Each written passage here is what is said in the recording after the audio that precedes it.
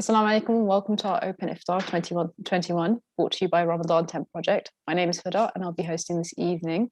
We have an exciting event planned this evening with our speaker Shadim Hussain from my foster family.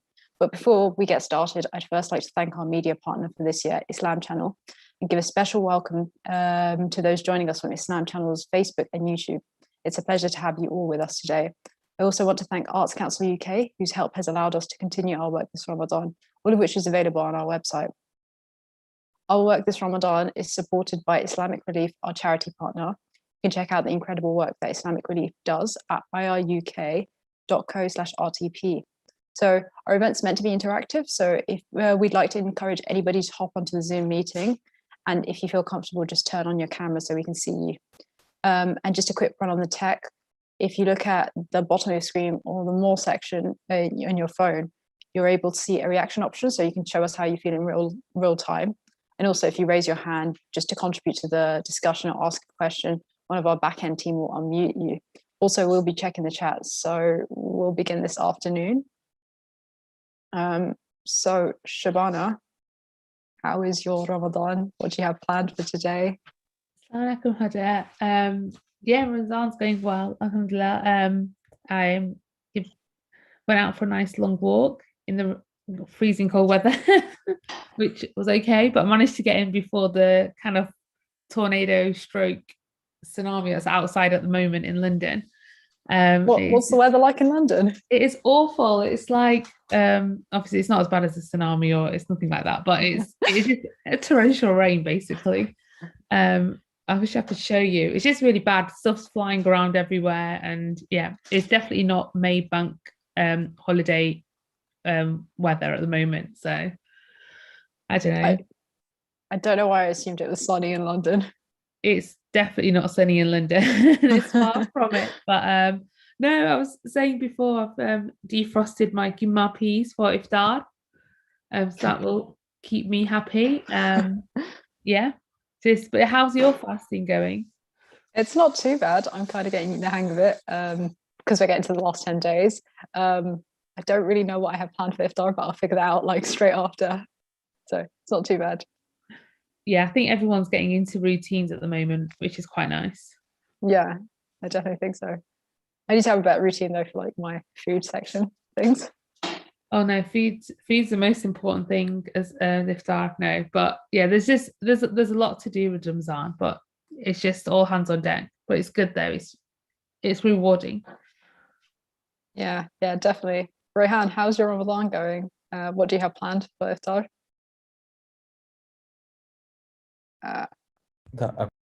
Oh, sorry. Sorry, you're muted. I accidentally tried to unmute you. So Rehan, you're Yeah, so yeah, Ramadan good today. I got my haircut today after the first time in like 3-4 months, I think. What does that feel like? It's all right. Like I tried to cut it. I kind of cut it midway through lockdown, so it wasn't too bad. Otherwise, it would have been a lot worse. But it was good. Like the guy that cuts my hair is like a good friend of mine. Well, yeah, a friend as well. And he was like, "Oh, you haven't been here for 6 months?" Like, oh, we were just joking around. So it was good. But yeah, and then I came back, and then I've just been sort of relaxing a little bit today. Yeah, it feels weird. All the days kind of blurred into one during lockdown. So even though it's bank holiday Monday, it doesn't.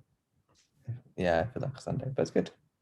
I don't know what's happening with Dari, so I'll see what Mum made. That's a good plan. Yeah. So Ryla, what about you? How's your iftar going?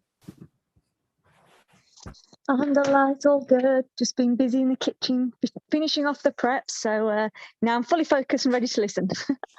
Amazing. What are you cooking? So we have got some like creamy chicken skewers, and then like Shabana, I too have keema, which is mincemeat, with potato, which we'll probably have with some roti today, or possibly naan. I don't know, one of the two. Now I'm quite hungry. Yeah, that's the only problem. We're talking about what we're all having for iftar. Yeah, that's the whole point of it, isn't it? Indeed. So I'm just going to introduce the speaker. So tonight, the theme that we're discussing is adopting and fostering, and we'll be joined by our speaker, Shadim Hussain. the CEO of Foster Family and a member of the government's steering group on adoption. He's also passionate about children in care, communities and refugees. And this is expressed in a lot of his work in the Huffington Post and the Guardian and other media outlets. So just tell us a bit about your work, and also just tell us a bit more about adopting and fostering.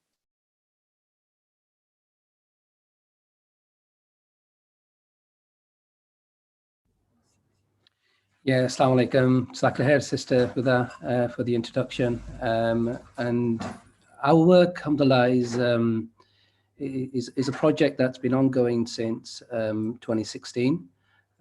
So right around the height of the refugee crisis, where we had, tens of thousands of people coming into Europe from so many different parts of the world, mainly from the Middle East and Africa and South Asia. We saw that there was a really high number of unaccompanied asylum-seeking children, essentially children that had made that journey on their own. And they were coming to the UK and Europe trying to seek a better life. But our concern was that there wasn't enough Muslim fostering families in the UK. And this was why we initially started the project. So when the project was first launched, our sort of primary concern was around these unaccompanied asylum-seeking children. Many of us might refer to them as refugee children. And just as it stands even now, Huda, there's almost 5,000 of these young people living in care in the UK at the moment. But very soon after launching the Muslim Fostering Project in March 2017, alhamdulillah, we were really fortunate that, mashallah, the wonderful charity Islamic Relief had provided us with some seed funding, which helped us get off the ground. Better Communities Business Network, another organisation based in London, had also provided us with seed funding. And what that allowed us to do was to start to look at the challenges within the Muslim community as to why there wasn't enough foster carers. And what we really quickly realised was that this wasn't just an issue with the refugee population. There was also a real big issue in our domestic Muslim population here in the UK. So there's approximately about 80,000 children in care across all communities. And one of the challenges that we had was to try to understand, how many Muslim children are in care in the UK, just to kind of build a picture of how many children do we have in care versus the number of foster carers. But one of the problems we have is that, when a child goes into care, it's not a statutory requirement for the services to record their faith. So they always record the ethnicity of the child. They don't always record the faith.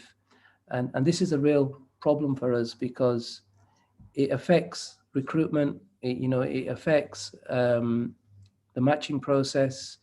And there's many challenges that children will have in the care system for these reasons. So, our work is quite varied. One is about raising awareness and getting more people from the Muslim community to come forward and consider fostering and adoption now. And number two, to work as a voice for the Muslim community and work with central government and local authorities to try to understand what are the barriers put up, because we do know that, when people come forward from the community and they consider fostering adoption, it's actually quite a challenging process. The recruitment process is quite challenging. There's a lot of questions. There's a very detailed check that's done on applicants. And some people feel somewhat uncomfortable by the type of questions that come up. The approach that sometimes social services take, which is not always, faith and culturally sensitive. So part of our work is about, providing training and education to fostering and adoption services to help them better understand, what to expect when they are dealing with people from the Muslim community.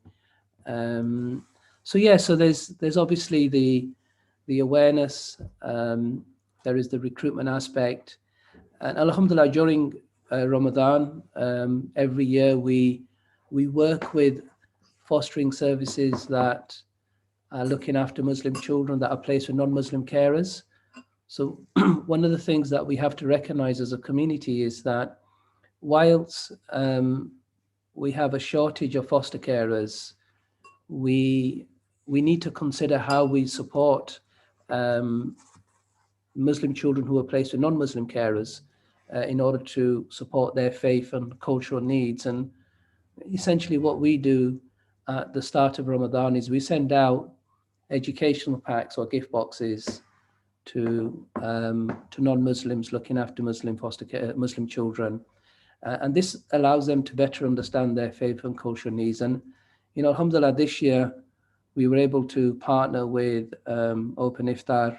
And, we'd had a number of conversations in the past about, how we can work together to maybe invite foster families to the events. I've been a big fan of Open Iftar for many years. I've been a volunteer in our home city here in Bradford. So every time we've hosted one of the iftars here, I've been volunteering on the front line.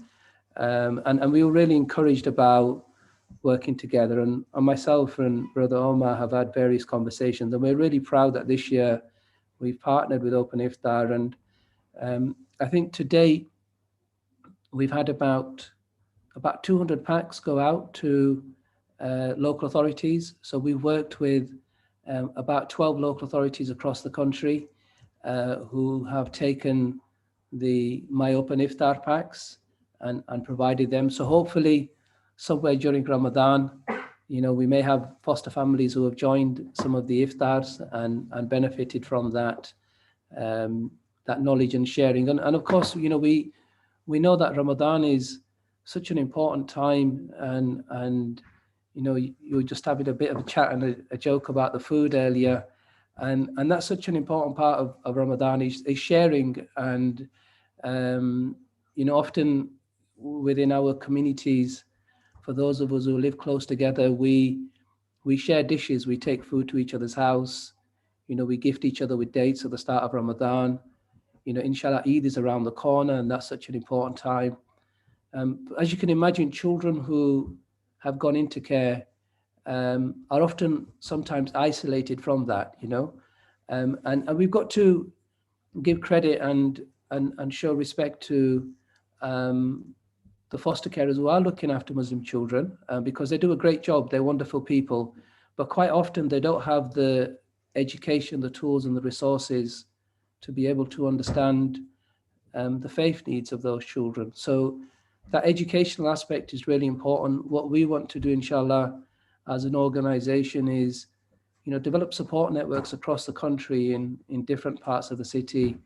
We're really proud, mashallah, that this Ramadan, my foster family has launched in Australia. So I know my Open Iftar gets around and you've got an international audience. Maybe we've got some guests from Australia on at some point.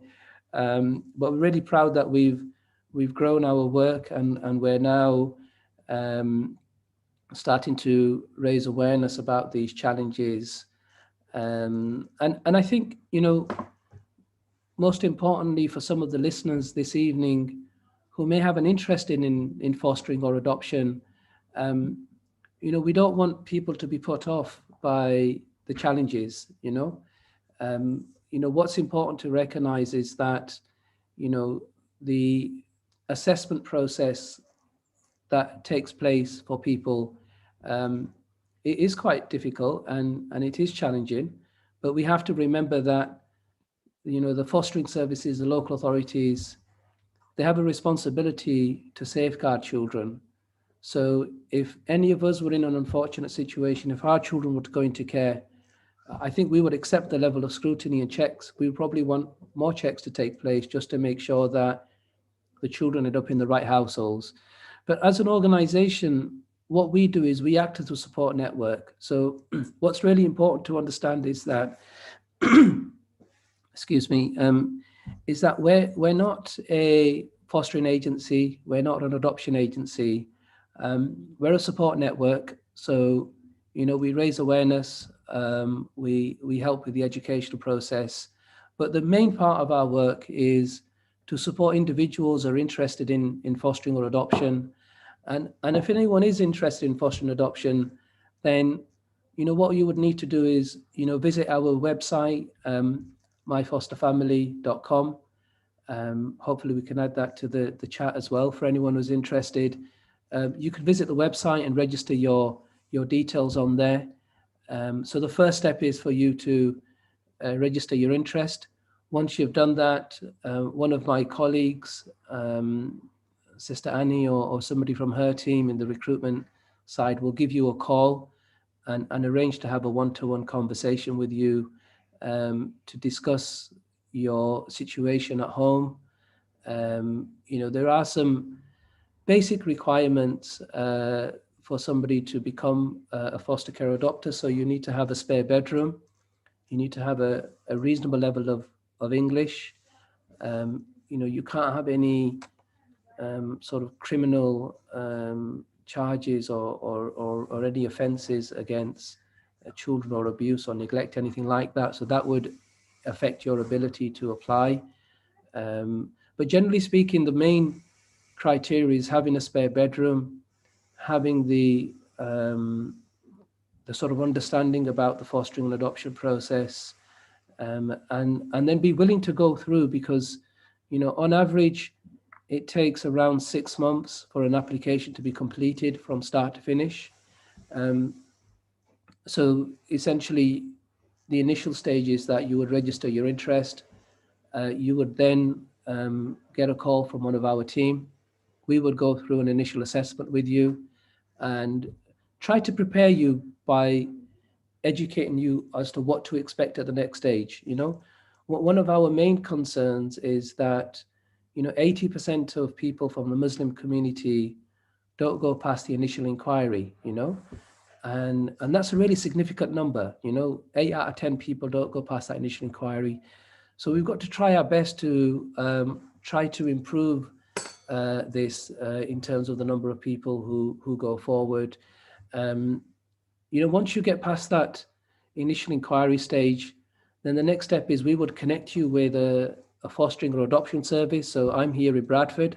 So wherever you are in the country, London, Birmingham, Bradford, wherever you're listening from, we would identify a local organization. So you can either go with your local authority or you can go with an independent agency. Once you get connected to them, that's where the sort of formal process starts. So, you know, in the normal world pre-COVID, you'd get somebody coming around to visit you.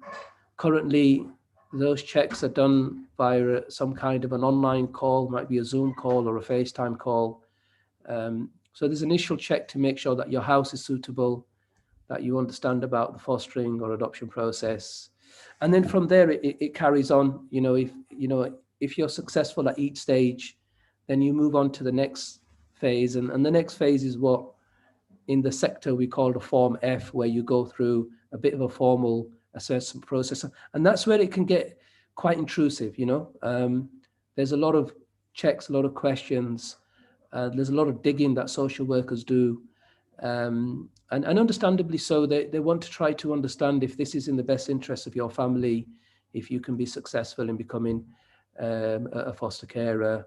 And then hopefully, inshallah, if you get through that assessment, which normally involves a social worker visiting your house or doing an online discussion, there's usually 8 to 10 sessions. They can last 2 or 3 hours at a time. So you can imagine there's a lot of time and effort put into this. And inshallah, if you're then successful, you get through to a panel, and then the panel will essentially go through a final assessment. And if you're approved, then inshallah, you'll get to be allocated a Muslim or a child. You know, it could be a Muslim child, it could be a non-Muslim child. And I think one thing that's really important for us as an organization, you know, we often speak about, you know, Muslim people looking after Muslim children. And this is an understandable position that we take. However, as a community, we've got to open up to the challenges that we have in society, and we would like to see more Muslim people coming forward to look after all children, because what's really important is that we can offer a loving home. And I think as a Muslim community, we're very well placed to do this. This is one of the sunnahs of the Prophet Muhammad, peace be upon him. And there's a very famous hadith, which we often hear, through Ramadan. We all heard it many times, where charities will refer to the hadith that the Prophet ﷺ said that I and the one who will look after an orphan will be together like this in Jannah, in heaven. And he raised his middle finger and index finger, describing the proximity that somebody who looks after an orphan would have. And when we speak to scholars and we discuss the meaning of this hadith, they say that the one who puts his hand on an orphan's head will be rewarded with this. And the virtue is that taking a child into your home, an orphan child, somebody who's had a difficult start in life, and bringing them up as your own, this is the true literal meaning of this hadith. So for those of you interested in fostering or adoption, we know that it's a great thing to do. It's a highly rewarding thing to do. And as an organization, inshallah, we're here to support individuals. And I think I might be running out of breath, but I'm going to pass back to Huda, to Sister Huda. How are we doing for time? Are we... No, you're doing great. Thank you. Thanks for it's a really big topic. It's often a topic that's overlooked by us as a society. Thank you. I think your work is really amazing. It's really needed. When you started talking, you discussed how when children are put up for adoption from refugee backgrounds or even from British homes, they don't register their faith. Why is that the case, do you think? And also, do you think that's going to change anytime soon? Yeah, it's not just for refugee children, Sister Huda, or for Muslim children. It's for all children, and I think it's just a reflection of the secular society that we live in, where the safety of the child is kind of given prominence. The sort of cultural identity, considering their ethnicity, is given precedence over their faith. So when we first launched the Muslim Fostering Project, we had commissioned research with an organization called the Fostering Network. And one of the requirements was for them to provide this data to us to understand how many Muslim children are in care. And you would think that if that data was recorded, that would be a really simple check. However, it's not a statutory requirement, but one of the things from our research, so if anyone visits our website, you can click onto the research tab and find our report. The report that was published in late 2019, one of the recommendations was for Ofsted and the Department of Education to make it a mandatory requirement to record the faith of children. So we're still looking for the answer to this question, because it seems like such an obvious thing to do when you're supporting a child of any faith or cultural heritage. It's important that that is recognized in that child's record in order to match them with the right carers in the first place, or provide the support to carers if it's if it's a cross-cultural placement. So inshallah, that's something that we are, I think maybe lobbying is not the right word to use, but we're engaging with the powers that be in government, and Ofsted and the Department of Education look after this sector. And that's part of our ongoing work. And in order to try to make that successful as well, Sister Huda, we're engaging with organizations of other faiths and looking at this as a collective to see, what the benefits would be by recording faith. So inshallah, that's something that is ongoing. Yeah, Jazakallah khair. Like I said, I think it's really important that we do match, like you said earlier, that children are matched with people who kind of mirror their values, so they can live in a household and be raised with the same culture that they had before. I think you mentioned that the screening process is quite rigorous, and of course it's incredibly important to have a rigorous program when you're screening potential foster carers to make sure that these children are going into homes that are safe for them. But you said that the process can sometimes not be the most culturally sensitive process. How would you, what would you say is a more culturally sensitive screening process?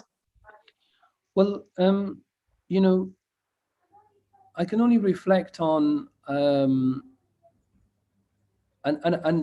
to be really honest with you, Sister Huda, it's something which is being looked at within the sector. And the recent report that came out, the Sewell report, which has obviously had a lot of controversy, and there's been a lot of criticism of that report. That report was looking at, one of the points about that report was to look at whether there's institutional racism or not, and I know from working in my sector, working with other professionals, that these discussions have taken place, and we recognize that there is institutional racism. There is Islamophobia. There is something in the UK which is the Prevent program, and all of these things, they build up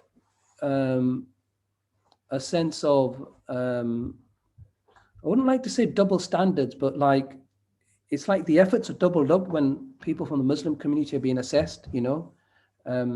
The questions can be a lot more intrusive. I'll give you a real example, and this is not somebody who's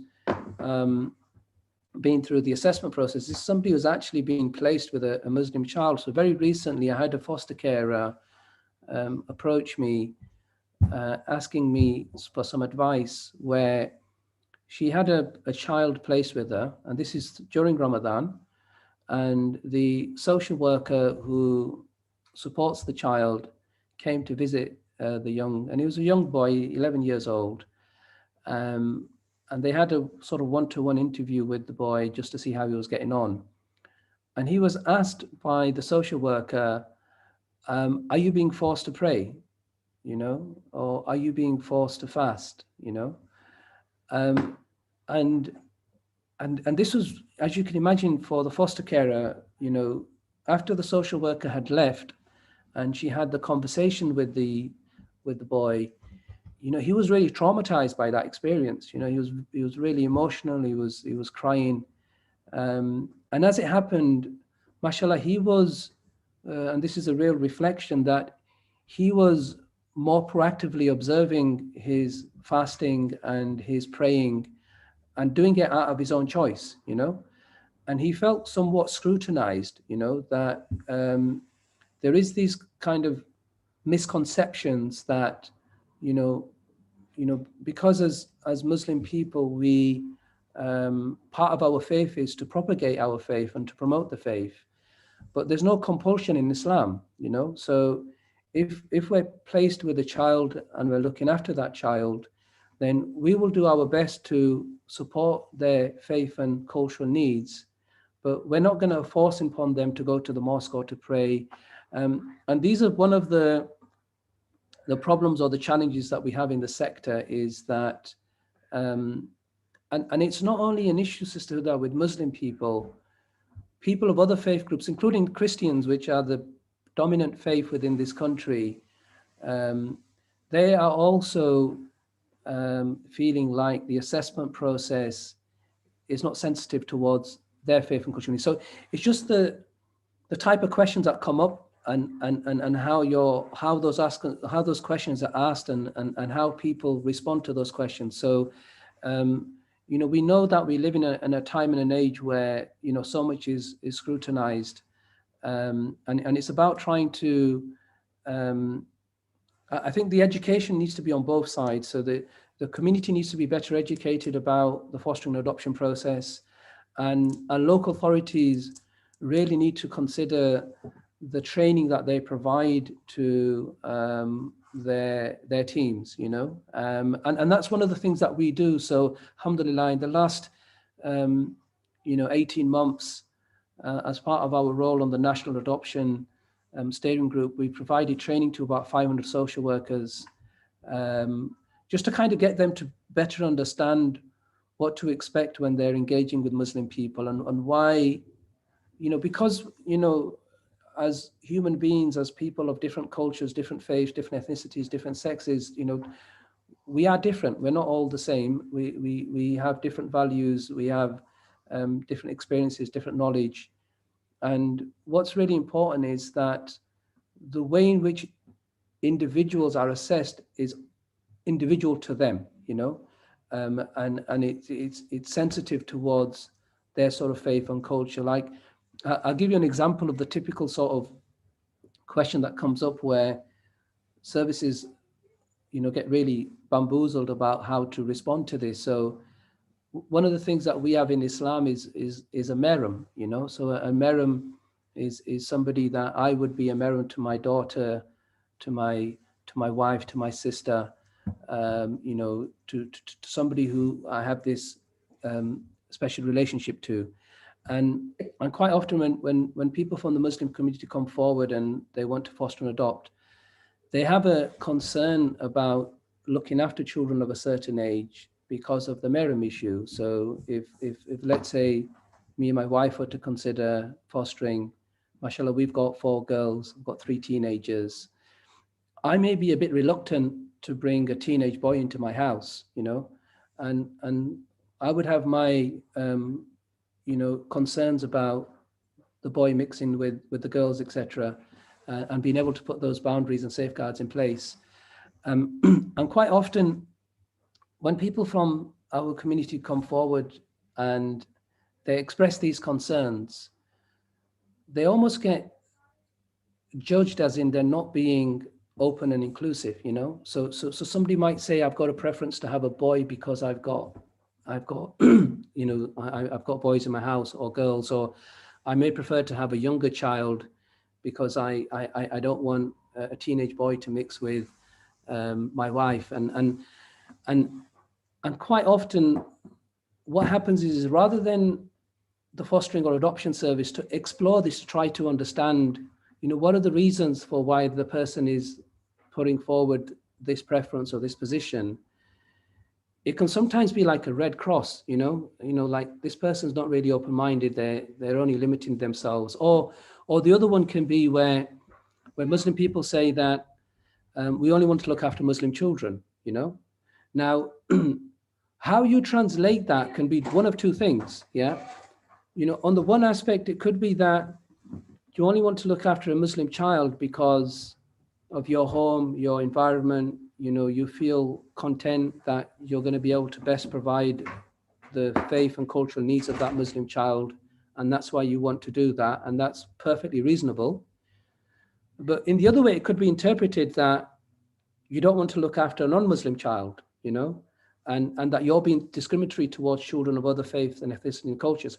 So again, this is something which is an educational process about how social workers engage with the system, but also there needs to be an education process in the community, that the community need to understand that you can't make demands when you come forward. If you have a preference and you want to look after a child of a certain age, or you have a preference for a certain sex because of your home situation, you've got to enter that dialogue in an open way and express and explain your reasons for why you want to do that. Because as I was saying earlier, Sister Huda, 80% of people from the Muslim community don't go past that initial inquiry, and some of these points that we're discussing and I'm raising are some of the reasons why people don't go beyond that initial inquiry. It could be the way that social worker comes across and they feel a bit, they feel a bit offended by the type of questions that are being asked.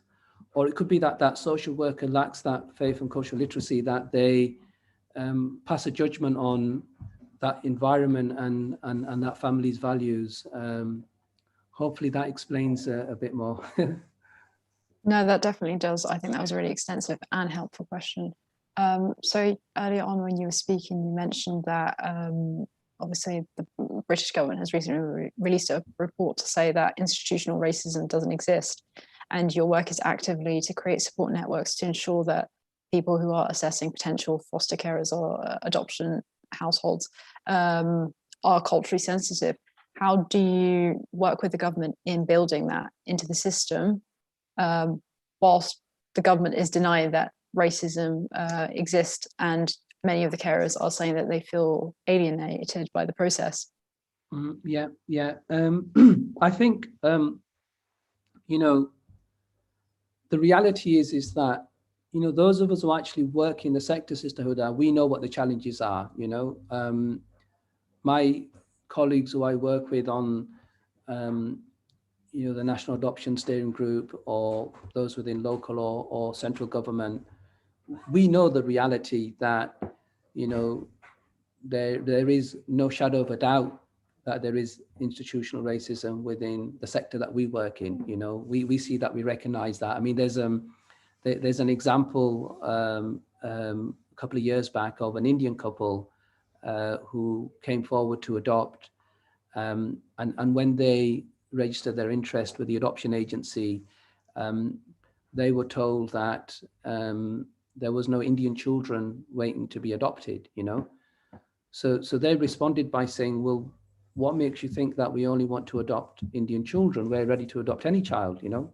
Nevertheless, sad reality is that local authority didn't take that application forward. This Indian couple then went to America, and they did an inter-country adoption, and they actually adopted a black child from America. So an Indian couple went to America, adopted a black child, they brought the child back, and then they sued their local authority for institutional racism, and they won their case, alhamdulillah, and that set a precedent, and there's many such cases like this. So in terms of how we tackle the issue, the first thing is about education, and it's about educating, what is traditionally, I would say, a white middle class, social worker sector, where quite often you may have situations where people who are coming into this field of work have not grown up in a multicultural society.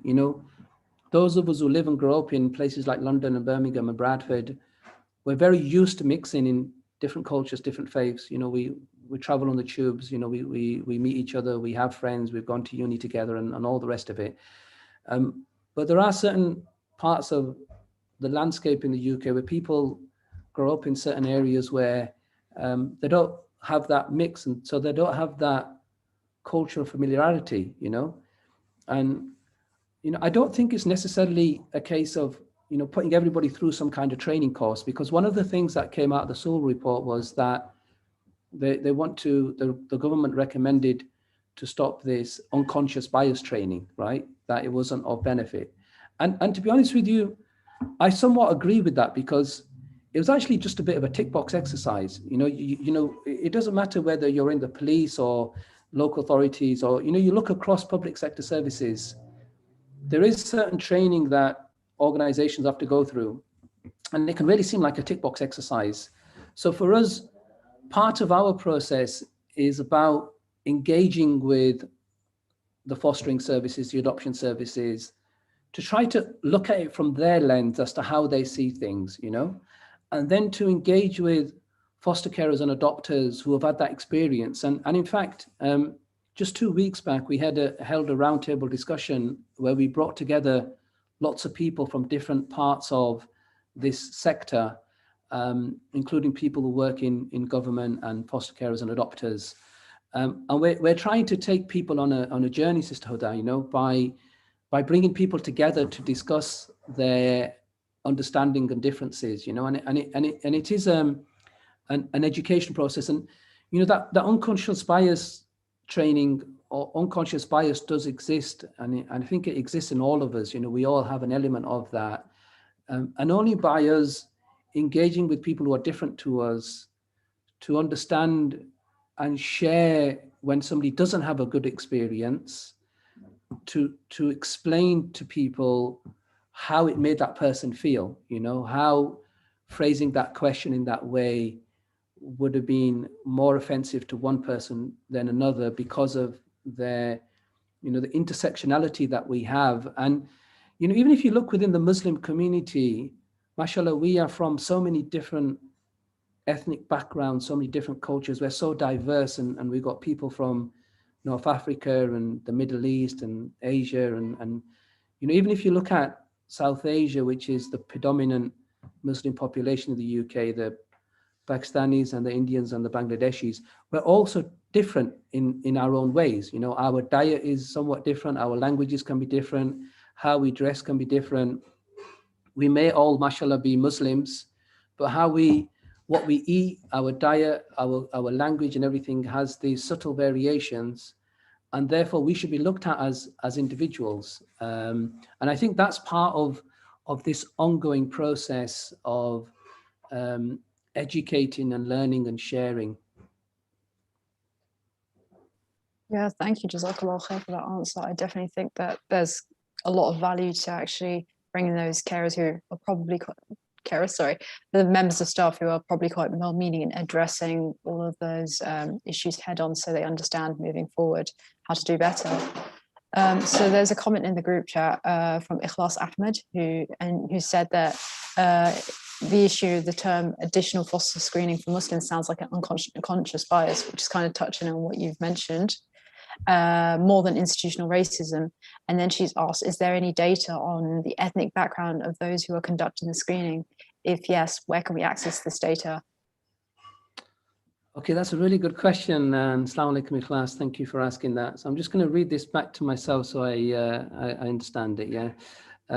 So is there any data on the ethnic background of those who are actually conduct the screening? If yes, where can we access this? So, not all such data, Ikhlas, is publicly shared, So one of the options that we have is that we can do a freedom of information request to local authorities. So if we want to understand, like I'm here in Bradford, if I want to understand, the ethnic background of applicants and those who are successful, etc., that information doesn't generally get shared publicly, but it is something that you can access through a freedom of information request. But to give you an understanding of where there is most definitely a gap is currently 24% of children in care are from BAME backgrounds, so Black, Asian and minority ethnic communities, whereas only 12% of foster carers are from those backgrounds. Black children wait on average 1,200 days to find a adoption placement. Yeah, so the average waiting time for adoption placement is about 18 months. Whereas when it comes to Black children, they wait 1,800 days, 1,200 days, which is almost 3 years. So they wait twice as long.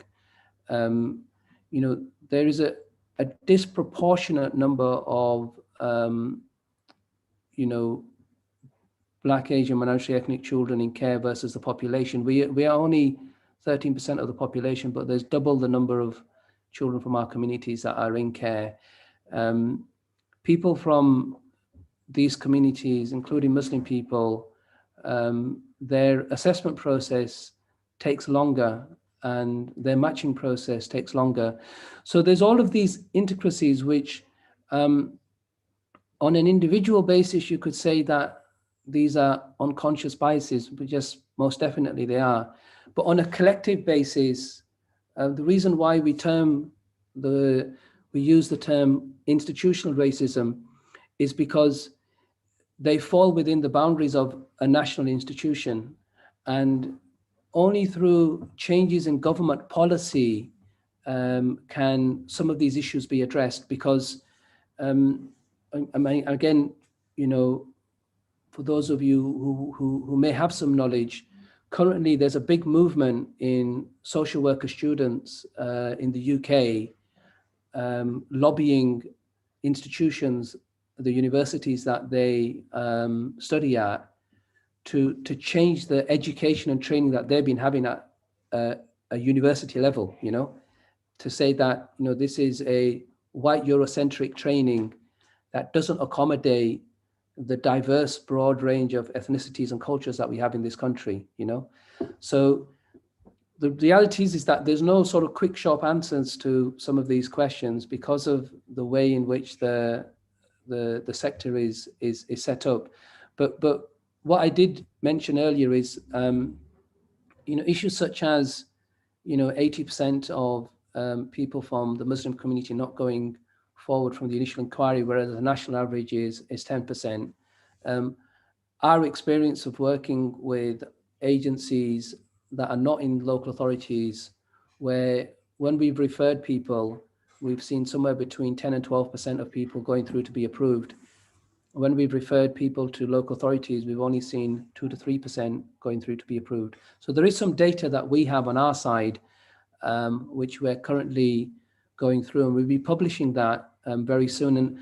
And to kind of, you know, bring all this together, the government is currently doing a review of children's social care. This is a national review. It's sort of a once in a lifetime opportunity for us to engage with that. So part of our research at the moment is towards responding to the government's review on social care. So over the coming weeks, we'll be starting to share more of this information as well. Jazakallah khair. I definitely think that, like you said, over the last few months, last few years, we've been assessing kind of colonization and racism and how that's affected all our systems. Unfortunately, it has affected people in care, and this is why your work is incredibly important, to make sure that children growing up in these households actually get the representation they need, and a culturally sensitive household. In the last few moments, do you have any final thoughts to share with us?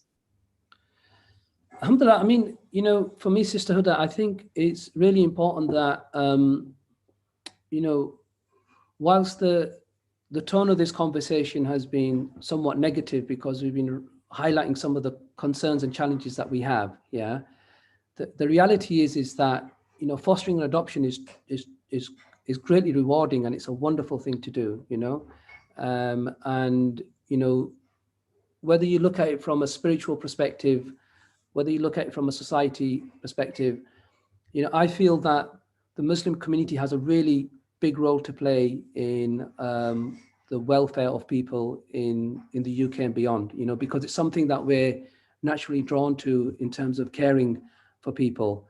So I would really recommend people to consider looking into fostering and adoption as an organization. You can visit our website, myfosterfamily.com. We have another sister website called Muslim Foster Network, which is more targeted towards the Muslim community. And I really encourage people to come forward. And I think most importantly, we're here as a support network. You know, we're looking to establish support networks for care leavers, for adopters, for foster carers, for social workers. And we need the support of the Muslim community. One final point about some upcoming stuff that we're doing, inshallah, and this is something that we want to grow across the country. So with Eid coming up, there's a lot of care leavers who have gone through care, Muslim young people who are living independently or living away from the community. So we're going to be providing Eid packs to them here in Bradford, you know, just to kind of make them feel a part of the festivities of Eid, inshallah. And we have a national campaign called Foster Friday, which takes place each year, where we get the mosques to speak about fostering during the Jummah khutbah. So inshallah, on the 21st of May, as part of the National Foster Care Fortnight, there's going to be this event called Foster Friday. So if anyone has any connections to any mosque or Islamic institution or any imams, you know, please make them aware of this. This is a great way of getting the message to the wider community as well. Jazakumullah khair. Jazakallah khair. Jazakallah for all your insight. I'm just going to pass you on to Liam. He is the head of fundraising for RTP, and he's just going to talk us through the 24-hour challenge.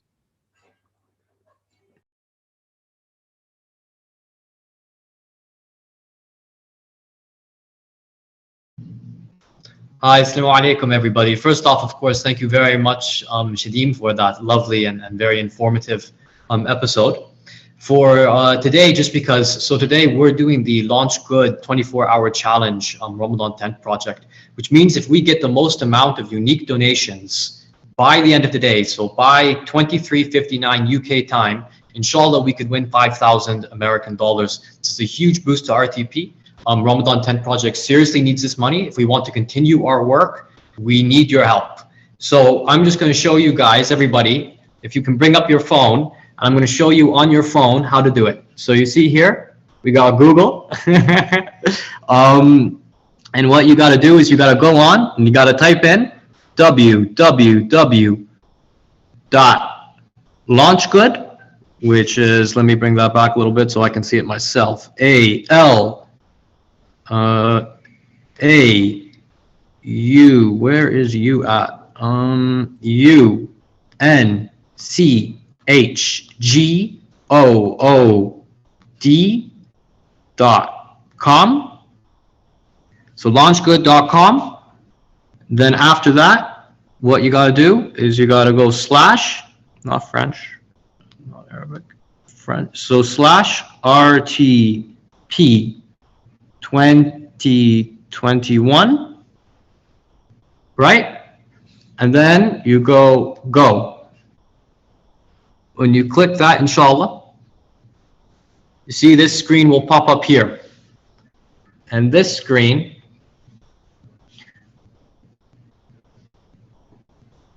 there we go, great. Now what you got to do is you got to go down and you click that green support button. So click on support.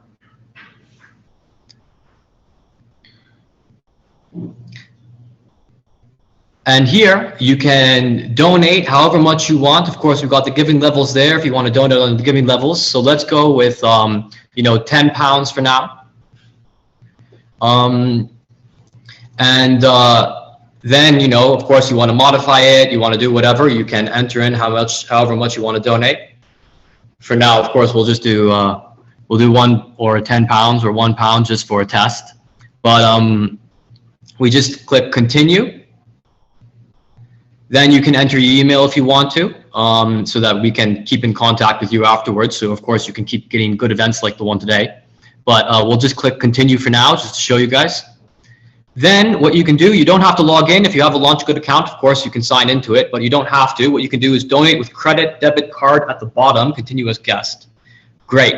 And then what you do here is you just enter in your contact details. So for instance, for the email, you would just enter in whatever email you have or is, linked to your bank account. So let's put mine, for instance, now. Let's put DALQUENLIAM@gmail.com, just to show you guys how the text enters. Sorry, can you repeat that? Yeah, not a problem.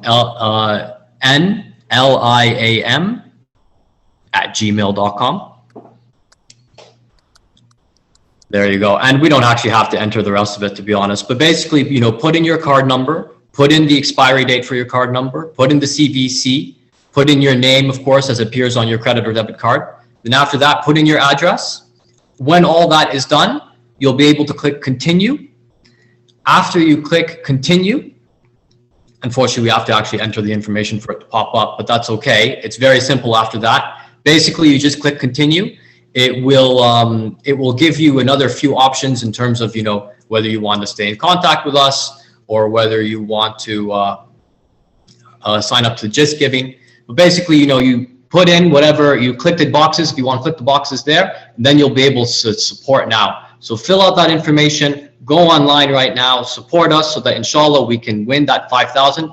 We're currently in the 8th place, so we need your support if RTP wants to keep going and wants to keep running. So thank you very much, everybody, and Assalamu alaikum. Assalamu alaikum. It's the azan now, if we can play the azan. ثم إني لك صمت وبك آمنت وعلى رزقك أفطرت ذهب الظمأ وابتلت العروق وثبت الأجر إن شاء الله. الله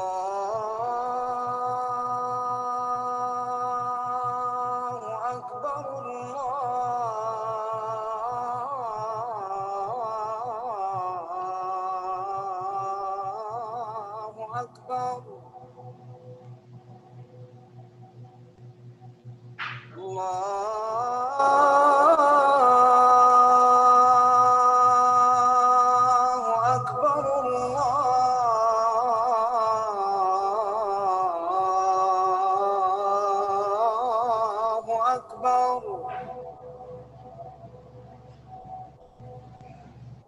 أشهد أن لا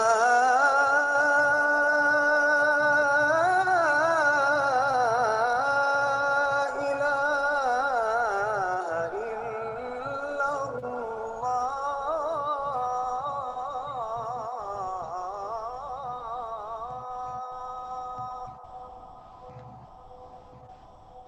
أشهد أن لا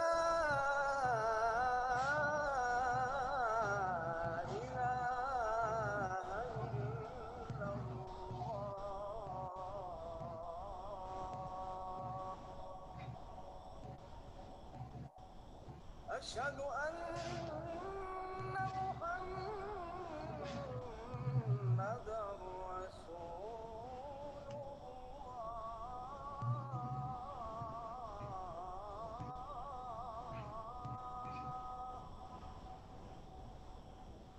أشهد أن محمدًا رسول الله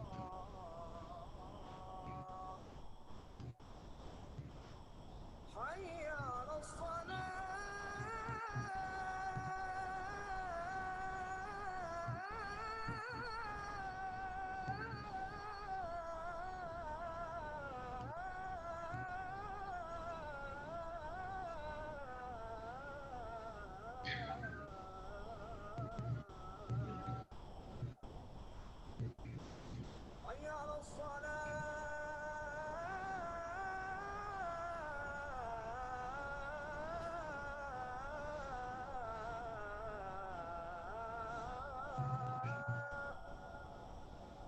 حي على حي على الفلاح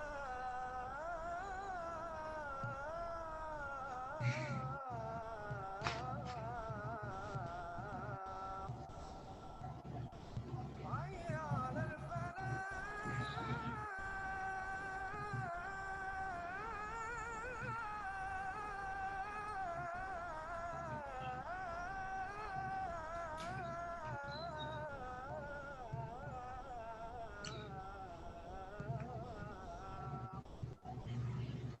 الله أكبر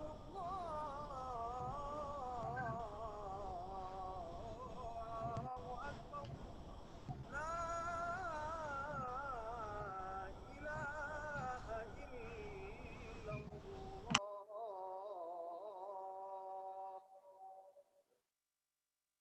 اللهم رب هذه الدعوة التامة والصلاة القائمة آت محمدا الوسيلة والفضيلة وابعثه مقاما محمودا الذي وعدته إنك لا تخلف الميعاد